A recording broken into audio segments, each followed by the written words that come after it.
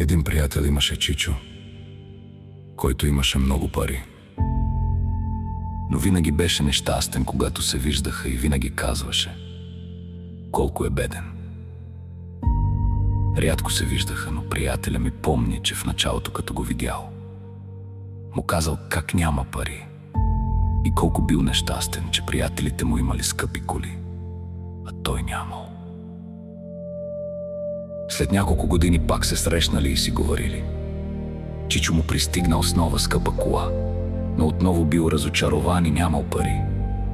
А той винаги имал повече от нужното, но просто целите му са различни. Сега и той имал скъпа кола като приятелите си, но те вече имали яхти.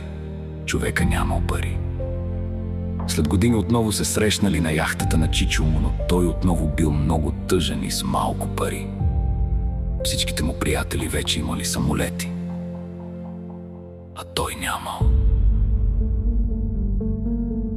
Не прекарвай живота си в тъга по неща, които нямаш, а в щастие от нещата, които имаш. И нека нещата, които те правят щастлив, не са материални, а нека бъдат хора, приятели, семейство, които ще бъдат от теб и след време. Материалното ще се развали, ще се счупи. Инвестирай в хора, които ще са до теб и след време. Не инвестирай време и емоции в хора, които няма да бъдат до теб след време, в трудни моменти или просто няма да ги е грижа за теб. Единственото, което ти остава, е семейството, близките роднини, най-добрите приятели, които принципно са един-два. Само тези хора ще те разберат, ако ги разочаруваш, нагрубиш или предадеш. Само тези хора заслужават твоята инвестиция, защото колкото повече инвестираш в тях, толкова повече блага ще получиш от инвестицията си. И тази инвестиция на време, средства и емоции не я прави с цел блага. Прави я с осъзнато желание, осъзнавайки, че ако не я направиш, ще загубиш тези хора. Не бъди егоист, не живей егоистичен живот, бъди широко скроен, с разширен мироглед и кръгозор, осъзнат поглед на колкото може повече връзки между нещата. Събития, ситуации, реакции, емоции, хора. Колкото по-егоистично постъпваш, толкова по-сам ще бъдеш.